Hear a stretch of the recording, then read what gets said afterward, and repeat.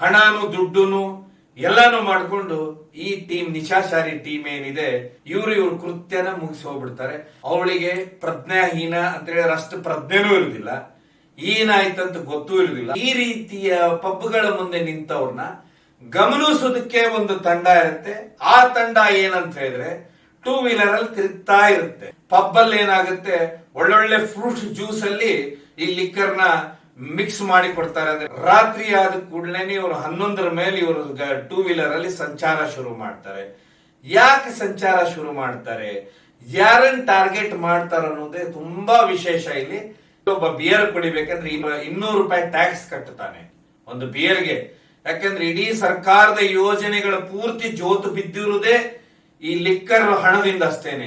ಯಾವ್ದಾದ್ರು ಒಂದು ಬಾಟಲ್ ಕರ್ನಾಟಕದಲ್ಲಿ 1,000 ರೂಪಾಯಿ ಸಿಗುತ್ತೆ ಅಂದ್ರೆ ಅದನ್ನೇ ನೀವು ಹರಿಯಾಣದಲ್ಲಿ ತಗೊಂಡ್ರೆ 300 ರೂಪಾಯಿ ಸಿಗುತ್ತೆ. ಮಾನ್ಯ ವೀಕ್ಷಕರೇ, ಅಳಿದು ಉಳಿದವರು ಕಂಡಂತೆ ಸ್ವಾಗತ ಸುಸ್ವಾಗತ. ಇತ್ತೀಚೆಗೆ ಒಂದು ದೊಡ್ಡ ಸುದ್ದಿಯನ್ನ ಕೇಳಿರ್ತೀರ. ಬೆಂಗಳೂರಿನಲ್ಲಿ ಮಧ್ಯರಾತ್ರಿ ಲಿಫ್ಟ್ ಕೊಟ್ಟಿರುವಂತದ್ದೊಂದು ವಿಷಯ ಕೇಳಿರ್ತೀರ. ಮುಂದೆ ದೌರ್ಜನ್ಯ ಎಸಗಿರುವುದು ಕೇಳಿರ್ತೀರ. ಏನು ಮಧ್ಯರಾತ್ರಿ ಕೋರಮಂಗಲ ಹತ್ರ ಅವರನ್ನ ಲಿಫ್ಟ್ ಕೊಡೋ ನೆಪದಲ್ಲಿ ತಗೊಂಡೋಗಿ HSR ಲೇಔಟ್ ಕಡೆ ಹೋಗಿ ದೌರ್ಜನ್ಯ ಆಗಿರುವಂತ ಸುದ್ದಿಯನ್ನು ಕೇಳಿರ್ತೀರ. ಇದೆಲ್ಲಕ್ಕಿಂತ ಹೆಚ್ಚಾಗಿ ಈ ಮಧ್ಯರಾತ್ರಿಯಲ್ಲಿ ಲಿಫ್ಟ್ ಕೊಡೋ ನಿಶಾಶಾರಿಗಳ ತಂಡ, ಈ ಗ್ಯಾಂಗ್ ಯಾವಾಗಿಂದ ಹುಟ್ಕೊಳ್ತು ಅಂದ್ರೆ ನಿಮ್ಗೆ ಆಶ್ಚರ್ಯ ಆಗುತ್ತೆ. ಯಾಕಂದ್ರೆ ನೀವು ಮೊನ್ನೆ ನಡೆದಿದ್ದ ಘಟನೆ ಒಂದೇ ಅಂತ ವಿಚಾರ ಮಾಡ್ತಾ ಹೋದ್ರೆ ಇಂಥ 100 ಘಟನೆಗಳು ನಡೀತಾವೆ. ನಿಶಾಶಾರಿಗಳ ತಂಡ ಶನಿವಾರ ಅವರು ರಸ್ತೆಗೆ ಬರ್ತಾರೆ. ಈ ಒಂದು ತಂಡ ಏನಿದೆ ನಿಶಾಶಾರಿಗಳು ಅಂತ ಹೇಳಿದ್ರೆ ಈ ಶೈತಾನ್ಗಳು ಏನಿದ್ದಾರೆ, ಯಾರ ಪಬ್ಗಳಿಗೆ ಹೊಸತಾಗಿ ಕುಡಿಲಿಕ್ಕೆ ಹೋಗಿರ್ತಾರೆ, ಡ್ಯಾನ್ಸ್ ಆಡಿ ಚಿತ್ತಾಗಿ ಬರ್ತಾರೆ, ಅವರನ್ನೇ ಕಾಯ್ತಿರ್. ಅದು ರಾತ್ರಿ 12ರಿಂದ 1 ಟಾರ್ಗೆಟ್ ಪ್ಲೇಸ್ ಮಾಡ್ಕೊಂಡೇ ಕಾಯ್ತಿರ್. ಯಾವಾಗ ಅವ್ರಿಗೆ ಟ್ಯಾಕ್ಸಿ ಬಿಟ್ಟು ಹೋಗ್ತಾನೆ, ಅವ್ರು ಪೂರ್ತಿ ಚಿತ್ತಾಗಿರೋದು ನೋಡಿ ಬಿಟ್ಟು ಹೋಗ್ತಾನೆ, ಆಗ ಅವ್ರಿಗೆ ಈ ನಿಶಾಶಾರಿಗಳೇನ್ ಟಾರ್ಗೆಟ್ ಮಾಡ್ಬೇಕಂತ ನಿಂತ್ಕೊಂಡಿರ್ತಾರ. ಸೈಲೆಂಟ್ ಆಗಿ ಇವ್ರಿಗೆ ಬಲಿಯಾಗುವವ್ರ ಸಂಖ್ಯೆ ಇವತ್ತು ಬೆಂಗಳೂರಿನಲ್ಲಿ ಅತಿ ಹೆಚ್ಚಾಗಿದೆ. ಯಾಕೆ ಬೆಂಗಳೂರಿನ ನೈಟ್ ಲೈಫ್ ಕಲ್ಚರು, ಇನ್ನೊಂದು ಸರ್ಕಾರಕ್ಕೆ ಅತಿ ಹೆಚ್ಚು ಅದರಿಂದ ದುಡ್ಡು ಬೇಕು, ಮಧ್ಯದಿಂದ ದುಡ್ಡು ಬೇಕು, ಅದರಿಂದ ನಮ್ಮ ಯೋಜನೆಗಳನ್ನ ಪೂರೈಸಬೇಕು ಅನ್ನೋ ಏನು ಆಕಾಂಕ್ಷೆ ಇದೆ. ಇದರಿಂದ ಏನು ಪಬ್ಗಳನ್ನ ಏರಿಯಾದಲ್ಲಿ ಕೊಡ ಈ ಒಂದು ಏನ್ ತಂಡ ಇದೆ, ಈ ತಂಡಕ್ಕೆ ಇದು ಸ್ವರ್ಗ ಅಂತ ಹೇಳಿದ್ರ ದೊಡ್ಡ ಮಟ್ಟದ ಇವರು ಕಸಬೆ ಮಾಡ್ಕೊಂಡ್ಬಿಟ್ಟಿದ್ದಾರೆ. ಮೂಲೆಯಲ್ಲಿ ಇದ್ದಾರೆ. ತಂಡ ಯಾವುದು, ಏನು ಪಬ್ಗಳಂದ್ರೆ ಏನು, ಇವರಿಗೆ ಬಲಿಯಾಗೋರು ಯಾರು ಅಂತ ಹೇಳಿ ಎಲ್ಲ ನೀವು ಕೊನೆಯವರೆಗೂ ಕೇಳಿ. ಬೆಂಗಳೂರಿನ ನೈಟ್ ಲೈಫ್ ಅಂದ್ಕೊಳ್ಳೇನೆ ಅದು ಇಡೀ ಜಗತ್ತಿನಲ್ಲೇ ಭಾರಿ ಫೇಮಸ್ ಆಗಿಬಿಟ್ಟಿದೆ. ಅದೆಲ್ಲದಕ್ಕಿಂತ ಹೆಚ್ಚಾಗಿ ಅತಿ ಹೆಚ್ಚು ಪಬ್ಗಳು ಎಲ್ಲಿದಾವ ಅಂತ ಹೇಳಿದ್ರೆ ಅದನ್ನು ಬೆಂಗಳೂರಲ್ಲೇ ಇದೆ. ಯಾಕಂದ್ರೆ ಮದ್ಯದ ಬೆಲೆ ಅತಿ ಹೆಚ್ಚಂದ್ರೆ ದೇಶದಲ್ಲಿ ಎಲ್ಲಿದೆ ಅಂದ್ರೆ ಅದು ಬೆಂಗಳೂರಲ್ಲಿದೆ. ಈ ಬೆಂಗಳೂರಿನಲ್ಲೇ ಸದ್ದಿಲ್ಲದೆ ಕಾರ್ಯನಿರ್ವಹಿಸುತ್ತಿರುವ ಇನ್ನೊಂದು ತಂಡ ಅಂತ. ಹಾಗಾದ್ರೆ ಯಾರಿಗೆ ಲಿಫ್ಟ್ ಕೊಡ್ತಾರೆ, ಯಾಕೆ ಲಿಫ್ಟ್ ಕೊಡ್ತಾರೆ, ಯಾವ ರೀತಿ ಇವರು ವೃತ್ತಿಯನ್ನ ಪ್ರಾರಂಭ ಮಾಡಿದಾರೆ ಅಂತಂದು ಕೇಳ್ತಾ ಹೋದ್ರೆ ನಿಮ್ಗೆ ಆಶ್ಚರ್ಯ ಆಗುತ್ತೆ. ಯಾಕಂದ್ರೆ ಇದಕ್ಕೆ ಸ್ವಲ್ಪ ಹಿನ್ನೆಲೆಗೆ ಹೋಗ್ಬೇಕಾಗುತ್ತೆ. ಈ ರೀತಿ ದೌರ್ಜನ್ಯ ಎಸಗೋರು ಯಾವ್ಯಾವ ರೀತಿ ಎಸಗ್ತಾರೆ, ಯುವಕರು ಸಿಕ್ಕರೆ ಏನ್ ಮಾಡ್ತಾರೆ, ಯುವತಿಯರು ಸಿಕ್ಕರೆ ಏನ್ ಮಾಡ್ತಾರೆ ಅಂತೇಳಿ ಮೊನ್ನೆ ನಡೆದಂತ ಘಟನೆ, ಬೆಳಕಿಗೆ ಬಂದಿರುವಂತ ಬೆಳಕಿಗೆ ಬರಲಾರ್ದಂತ ಸಾವಿರಾರು ಘಟನೆಗಳು ಬೆಂಗಳೂರಲ್ಲಿ ನಿರಂತರವಾಗಿ ನಡೀತಾ ಇದೆ. ಯಾಕೆ ನಡೀತಾ ಇದಾವೆ, ಯಾರನ್ನ ಟಾರ್ಗೆಟ್ ಮಾಡ್ತಾರೆ ಅನ್ನೋದು ಇಲ್ಲಿ ವಿಶೇಷವಾಗಿರೋದು. ಬೆಂಗಳೂರಲ್ಲಿ ಪಬ್ಗಳು ಎಷ್ಟಿದಾವೆ ಅಂದ್ರೆ 700 ಪಬ್ಗಳಿದಾವೆ. 700 ಪಬ್ಗಳು ಅಂತ ಹೇಳಿದ್ರೆ ಅವು ಎಲ್ಲಿದಾವೆ, ಎಲ್ಲಾದ್ರೂ ಮನೆ ಇರುವ ಏರಿಯಾನ, ಈ ರೀತಿ ಬೇರೆ ಬೇರೆ ಏರಿಯಾಗಳ ಅಂತ ಹೇಳಿದ್ರೆ ಎಲ್ಲಿ ಅತಿ ದೊಡ್ಡ ಕಾಲೇಜ್ಗಳಿದಾವೆ, ಎಲ್ಲಿ ದೊಡ್ಡ ಕಾಲೇಜಿನ ಹಾಸ್ಟೆಲ್ಗಳಿದಾವೆ, ಅದೇ ಏರಿಯಾದಲ್ಲಿ ಅತಿ ಹೆಚ್ಚು ಪಬ್ಗಳಿದಾವೆ. ಆ ನಂತರ ಎಲ್ಲಿ IT-BT ಕಂಪನಿ ಇದೆ, ಎಲ್ಲಿ IT-BT ಕಂಪನಿ ಉಳ್ಕೊಳ್ಳುವಂತ PGಗಳಿದೆ, ಅಲ್ಲಿ ಹೋದ್ರೆ ಅತಿ ಹೆಚ್ಚು ಪಬ್ಗಳಿದೆ. 100-150 ಪಬ್ಗಳು ಬರೀ ಕೋರಮಂಗಲದಲ್ಲೇ ಇದೆ. ಕೋರಮಂಗಲದ PVR ಥಿಯೇಟರ್ ನಿಂದ ನೀವೇನಾದ್ರೂ BDA ಕಾಂಪ್ಲೆಕ್ಸ್ ಕೆನರಾ ಬ್ಯಾಂಕ್ ವರೆಗೆ ರಸ್ತೆಯಲ್ಲಿ ಬಂದ್ರೆ ನಿಮ್ಗೆ 100 ಪಬ್ಗಳು ಸಿಗ್ತವೆ. ಶುಕ್ರವಾರ ಶನಿವಾರ ಹೋಗಿಬಿಟ್ರೆ ನಿಮ್ಗೆ ಸುಮಾರು ಒಂದು 10-15 ಸಾವಿರ ಜನ ಬರೀ ಪಬ್ಬಿಗೆ ಹೋಗೋರೇ ಸಿಗ್ತಾರೆ. ಸೋಮವಾರದಿಂದ ಶುಕ್ರವಾರದವರೆಗೆ IT-BT ಬೇರೆ ಈ ರೀತಿಯ ವಿದೇಶಿ ಕಂಪನಿಗಳಲ್ಲಿ ಸೋಮವಾರದಿಂದ ಶುಕ್ರವಾರದವರೆಗೆ ಕೆಲವೊಂದು ಟಾರ್ಗೆಟ್ ಗಳನ್ನ ಕೊಟ್ಟಿರ್ತಾರೆ, ಕೆಲಸದ ಟಾರ್ಗೆಟ್. ಯಾರು ಈ ಟಾರ್ಗೆಟ್ ಅನ್ನ ಪೂರೈಸ್ತಾರೆ ಅವ್ರಿಗೆ ಕಂಪನಿಯಿಂದ ಏನಂತ ಹೇಳಿದ್ರೆ ಒಂದು ಎಂಟರ್ಟೈನ್ಮೆಂಟ್ ಪಾರ್ಟಿ ಅಂತ ಇರುತ್ತೆ. ಆ ಪಾರ್ಟಿಯಲ್ಲಿ ಏನಂತ ಹೇಳಿದ್ರೆ ಅವ್ರಿಗೆ ಊಟ ಇರುತ್ತೆ. ಕೆಲವೊಂದು ಕಂಪನಿಗಳು ಬರೀ ಪಬ್ಗಳಲ್ಲಿ ಊಟ ಕೊಡುತ್ತೆ, ಇನ್ನ ಕೆಲವೊಂದು ಕಂಪನಿಗಳು ಫುಡ್ ವಿತ್ ಲಿಕ್ಕರ್ ಕೊಡುತ್ತೆ. ಸೊ ಹೀಗಾಗಿ ಅಲ್ಲಿರುವಂತ ಕಂಪನಿಯ ಮ್ಯಾನೇಜ್ಮೆಂಟ್ ಏನಿರುತ್ತೆ ಅವ್ರು ಮೊದಲೇ 40 ಜನ 50 ಜನ 100 ಜನರಿಗೆ ಮೊದಲೇ ಬುಕ್ ಮಾಡಿಬಿಟ್ಟಿರ್ತಾರೆ ಇಂತಿಂತ ಪಬ್ಗಳಂತೇಳಿ. ಹೀಗಾಗಿ ಅಲ್ಲಿ IT-BT ಕಂಪನಿಗಳು ಜಾಸ್ತಿ ಇದಾವೆ, ಅಲ್ಲಿ ಅತಿ ಹೆಚ್ಚು ಈ ರೀತಿಯ ಪಬ್ಗಳು ಅತಿ ಹೆಚ್ಚಿದೆ. ಪಬ್ಗಳನ್ನ ಲಂಗು ಲಗಾಮಿಲ್ಲದೆ ಸರ್ಕಾರನು ಪರ್ಮಿಷನ್ ಯಾಕೆ ಕೊಡುತ್ತೆ ಅಂತ ಹೇಳಿದ್ರೆ, ಕೆಲವೊಂದು ಅಂತ ಹೇಳಿ ಸರ್ಕಾರದ ಅಂತ ಹೇಳಿದ್ರೆ ಎಕ್ಸೈಸ್ ಇಲಾಖೆ ಇರ್ಬೋದು, ಇವ್ರಿಗೆಲ್ಲ ಟಾರ್ಗೆಟ್ ಕೊಟ್ಬಿಟ್ಟಿದೆ. ನಮಗೆ ಇಷ್ಟು ಇನ್ಕಮ್ ಬೇಕೇ ಬೇಕು, ಲಿಕ್ಕರ್ ನಿಂದ ಜನರೇಟ್ ಆಗ್ಬೇಕಂತ ಹೇಳಿ. ಯಾಕೆ ಜನರೇಟ್ ಆಗ್ಬೇಕಂತ ಹೇಳಿದ್ರೆ, ಇಲೆಕ್ಷನ್ ಬರುವ ಮುನ್ನ ಇವ್ರು ಏನಂದ್ರೆ ಚುನಾವಣೆಯಲ್ಲಿ ಸುಮಾರು ಯೋಜನೆಗಳನ್ನ ಘೋಷಿಸ್ಬಿಟ್ಟಿರ್ತಾರೆ. ಈಗ ಅದಕ್ಕೆ ದುಡ್ಡು ಕಟ್ಟಬೇಕಂದ್ರೆ ಅವರ ಸರ್ಕಾರದಲ್ಲಿ ದುಡ್ಡು ಇರುವುದಿಲ್ಲ. ಆ ದುಡ್ಡನ್ನ ಪೂರ್ತಿ ಮಾಡ್ಬೇಕಂದ್ರೆ ಮದ್ಯದಿಂದನೇ ಮಾಡ್ಬೇಕು. ಮದ್ಯದಿಂದ ಮಾಡ್ಬೇಕಂತ ಹೇಳಿದ್ರೆ ಎಲ್ಲಿ ಲಿಕ್ಕರ್ ಶಾಪ್ ಗಳಿಂದ ಮಾಡ್ಬೇಕು, ಇಲ್ಲ ಬೇರ್ ಬಾರ್ ರೆಸ್ಟೋರೆಂಟ್ ಇಂದ ಮಾಡ್ಬೇಕು, ಇಲ್ಲ ಪಬ್ಗಳಲ್ಲಿ ಮಾಡ್ಬೇಕು. ಪಬ್ನವ್ರು ಹೇಳ್ತಾರೆ ನಮ್ಗೆ ಅಲ್ಲಿ ಇಲ್ಲಿ ಮಾಡಿದ್ರೆ ವ್ಯಾಪಾರ ಆಗುದಿಲ್ಲ ಅಂದ್ಕೊಳ್ಳೇನೆ ಎಲ್ಲಿ ಮಾಡ್ಬೇಕಂತ ಹೇಳಿದ್ರೆ ಅವಾಗ ಅತಿ ಹೆಚ್ಚು ಪರ್ಮಿಷನ್ ಇವ್ರು ಕೊಡೋದು ಏನಂತ ಹೇಳಿದ್ರೆ ಕೋರ್ಮಂಗ್ಲಾ ಏರಿಯಾಕ್ಕೆ ಹೋಗ್ಬಿಟ್ರೆ 100-150 ಪಬ್ಗಳಿದೆ. ಯಾಕಂದ್ರೆ ಅತಿ ಹೆಚ್ಚು ಕಾಲೇಜ್ಗಳು, ಅತಿ ಹೆಚ್ಚು ವಿದ್ಯಾರ್ಥಿ ನಿಲಯಗಳು ಅಂತ ಹೇಳಿದ್ರೆ ಹಾಸ್ಟೆಲ್ಗಳು, ಅತಿ ಹೆಚ್ಚು ಬೆಂಗಳೂರು ನಗರದಲ್ಲಿ ಕೆಲಸ ಮಾಡುವಂತವ್ರು ಉಳ್ಕೊಳ್ಳೋದು ಕೋರ್ಮಂಗ್ಲಾದಲ್ಲಿ. ಹೀಗಾಗಿ ಕೋರ್ಮಂಗ್ಲಾದಲ್ಲಿ ಅತಿ ಹೆಚ್ಚು ಪಬ್ ಇದೆ. HSR ಲೇಔಟ್ ಕಡೆ ಅತಿ ಹೆಚ್ಚು ಮನೆಗಳು ಇರೋದ್ರಿಂದ ಆ ಭಾಗದಿಂದ ಜನ ಈ ಭಾಗಕ್ಕೆ ಬರ್ತಾರೆ. ನೀವೇನಾದ್ರೂ ವೈಟ್ ಫೀಲ್ಡ್ ನಿಂದ ಬೆಳಂಡೂರಿನಿಂದ HSR ಲೇಔಟ್ ಬಂದ್ರೆ ಎಲ್ಲ ರಸ್ತೆ ತುಂಬಾ ನಿಮಗೆ ಸಾಫ್ಟ್ವೇರ್ ಕಂಪನಿಗಳಿರ್ತಾವೆ. ಅಲ್ಲಿ ಕೆಲಸ ಮಾಡುವಂತವ್ರು ಎಲ್ಲ ಬರೀ ಪಿಜಿಗಳೇ ಇದೆ. ಮಹಾದೇವಪುರದಿಂದ ಬೆಳಂಡೂರ್ವರೆಗೆ ಬರೀ ಪಿಜಿಗಳಿದೆ.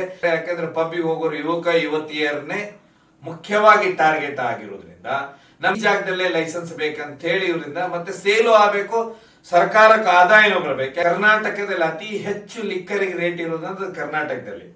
ನೀವು ದೇಶಕ್ಕೆ ಕಂಪೇರ್ ಮಾಡಿದ್ರಿ ಯಾವ್ದಾದ್ರು ಒಂದು ಬಾಟಲ್ ಕರ್ನಾಟಕದಲ್ಲಿ 1,000 ರೂಪಾಯಿ ಸಿಗುತ್ತೆ ಅಂದ್ರೆ ಅದನ್ನೇ ನೀವು ಹರಿಯಾಣದಲ್ಲಿ ತಗೊಂಡ್ರೆ 300 ರೂಪಾಯಿ ಸಿಗುತ್ತೆ. ಇಲ್ಲಿ ಒಂದು ಬಾಟಲ್ ಒಬ್ಬ ಬಿಯರ್ ಕುಡಿಬೇಕಂದ್ರೆ 200 ರೂಪಾಯಿ ಟ್ಯಾಕ್ಸ್ ಕಟ್ಟುತ್ತಾನೆ ಒಂದು ಬಿಯರ್ಗೆ. ಯಾಕಂದ್ರೆ ಇಡೀ ಸರ್ಕಾರದ ಯೋಜನೆಗಳ ಪೂರ್ತಿ ಜೋತು ಬಿದ್ದಿರುವುದೇ ಈ ಲಿಕ್ಕರ್ ಹಣದಿಂದ ಅಷ್ಟೇನೆ. ಹೀಗಾಗಿ ಎರ್ರ ಬಿರ್ರಿ ಪಬ್ಬಿಗೆ ಏನಂತ ಹೇಳಿದ್ರೆ ಎಲ್ಲಿ ಬೇಕಾದ್ರೂ ಮಾಡ್ಕೊಳ್ಳಿ ಅಂತ ಪರ್ಮಿಷನ್ ಕೊಡ್ತಾರೆ. ಅದನ್ನು ಯುವಕರು ಯುವತಿಯರನ್ನ ಟಾರ್ಗೆಟ್ ಮಾಡಿ ಕೊಡ್ತಾರೆ. ಹಾಗಾದ್ರೆ ನಾನು ಹಿಂದೆ ಹೇಳ್ತಾ ಇದ್ದೆ, ಇವ್ರನ್ನೆಲ್ಲ ಗುರಿಯಾಗಿಸುವಂತ ಒಂದು ತಂಡ ಹುಟ್ಕೊಂಡಿದೆ.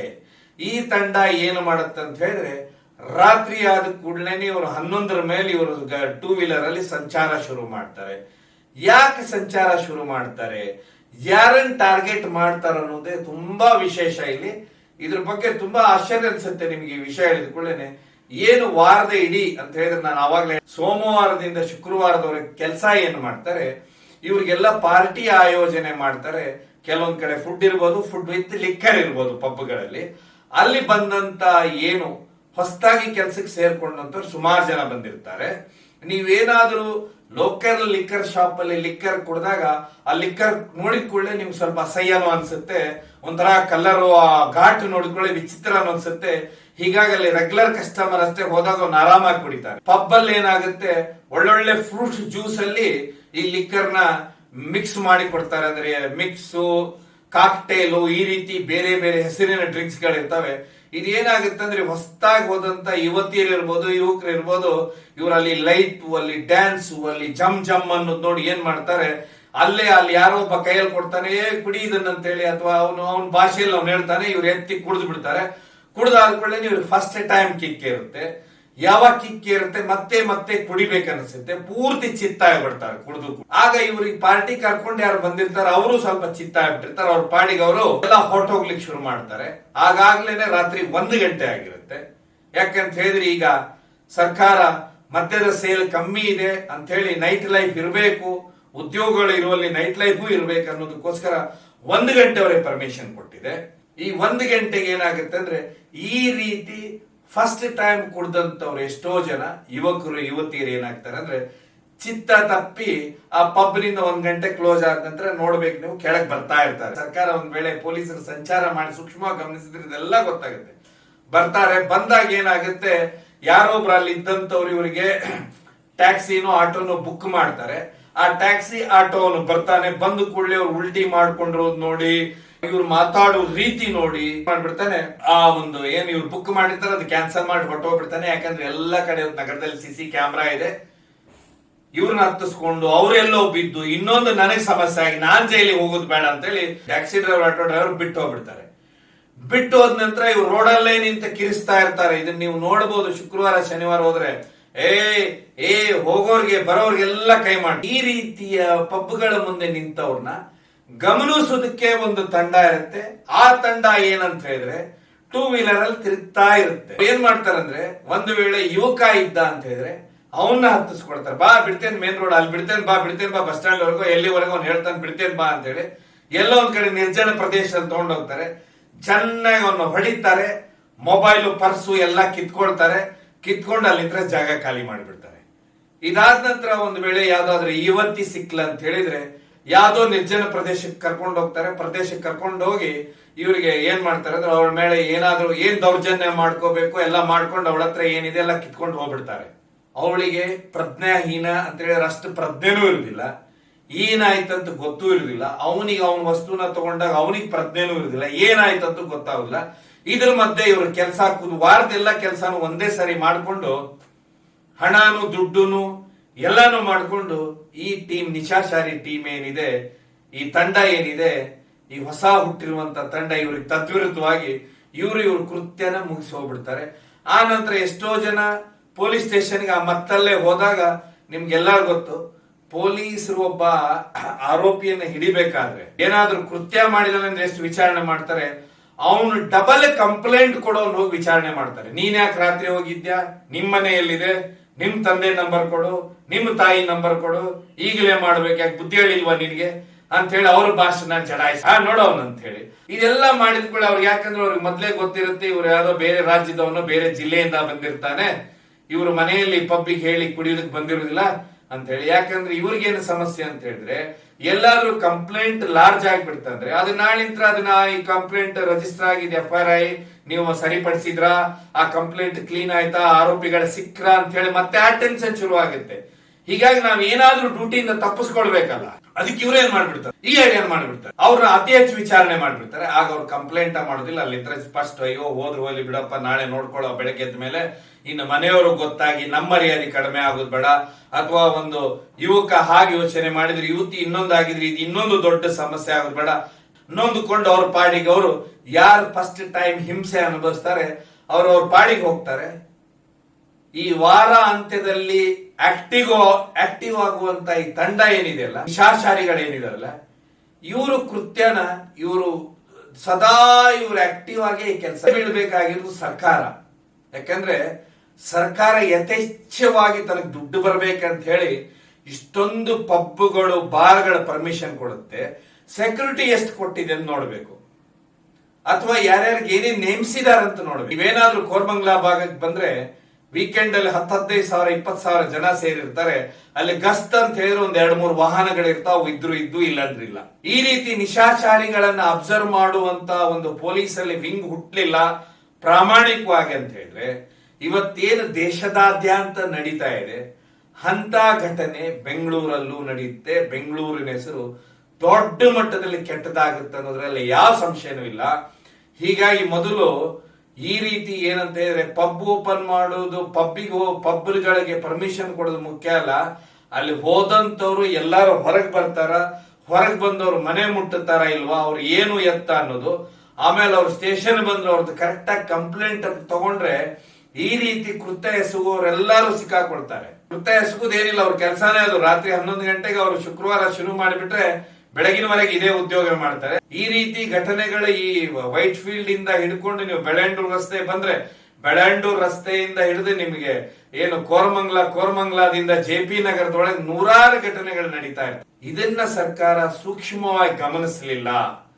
ಯುವಕ ಯುವತಿಯರು ಏನು ಭವಿಷ್ಯ ಇದೆ, ವಿದ್ಯಾರ್ಥಿಗಳು ಈ ರೀತಿ ಹಾದಿ ತಪ್ತಾ ಇದಾರೆ, ಇವರನ್ನೊಂದು ತದಬಸ್ದಲ್ಲಿ ತರಲಿಲ್ಲ ಅಂತ, ಇವ್ರ ಮಧ್ಯ ಈ ರೀತಿ ವಿಷಯಗಳ ಬಗ್ಗೆ ಜಾಗೃತಿ ತರಲಿಲ್ಲ ಅಂತ ಹೇಳಿದ್ರೆ, ಪೊಲೀಸರು ವಿಶೇಷವಾಗಿ ವೀಕೆಂಡ್ಗಳಲ್ಲಿ ಮಾರುವೇಷದಲ್ಲಿ ಇವ್ರನ್ನ ಹಿಡಿಯೋ ಈ ರೀತಿ ನಿಶಾಚಾರಿಗಳಂತ ಹೇಳಿದ್ರೆ ಈ ಟಾರ್ಗೆಟ್ ಮಾಡ್ಕೊಂಡು ತಿರುಗುವಂತ ಈ ಕೆಲವೊಂದು ಹಾದಿ ತಪ್ಪಿದ ಯುವಕರಿದ್ದಾರೆ. ವಿಶೇಷವಾಗಿ ಪಬ್ನಿಂದ ಲೇಟ್ ನೈಟ್ ಚಿತ್ತಾಗಿರೋರ್ನ ಕಾಯ್ಕೊಂಡವ್ರು ಇರ್ತಾರೆ. ಇವ್ರನ್ನ ಮಟ್ಟ ಆಗೋದಕ್ಕೊಂದು ತಂಡವನ್ನ ದೊಡ್ಡ ಮಟ್ಟದ ಸಮಸ್ಯೆ ಆಗಿ ಭಾರತದಲ್ಲೇ ಬೆಂಗಳೂರು ಹೆಸರು ಕುಖ್ಯಾತಿಗೆ ಒಳಗಾಗುವುದರಲ್ಲಿ ಯಾವ ಸಂಶಯ ಇಲ್ಲ ಅಂತ ಹೇಳ್ತಾನೆ. ಮೊದಲು ಪೊಲೀಸರು ಇದ್ರ ಬಗ್ಗೆ ಜನಜಾಗೃತಿ ಮೂಡಿಸಿ, ನೀವು ನಾವೆಲ್ಲ ಇದರಿಂದ ಜಾಗೃತರಾಗಬೇಕಂತ ಹೇಳ್ತಾ ಈ ಕಾರ್ಯಕ್ರಮನ ಮುಗಿಸ್ತೇನೆ. ಧನ್ಯವಾದ.